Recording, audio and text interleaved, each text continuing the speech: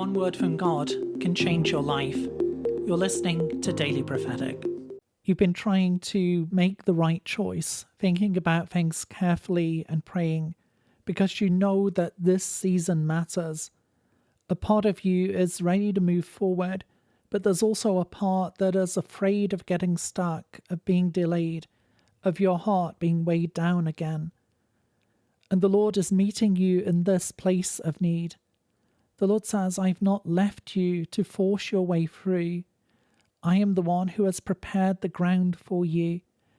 You do not need to get bogged down by the situations and circumstances of life. As you draw near to me, as you come close to me, I am strengthening you. I will show you the right way forward, for I have prepared it just for you.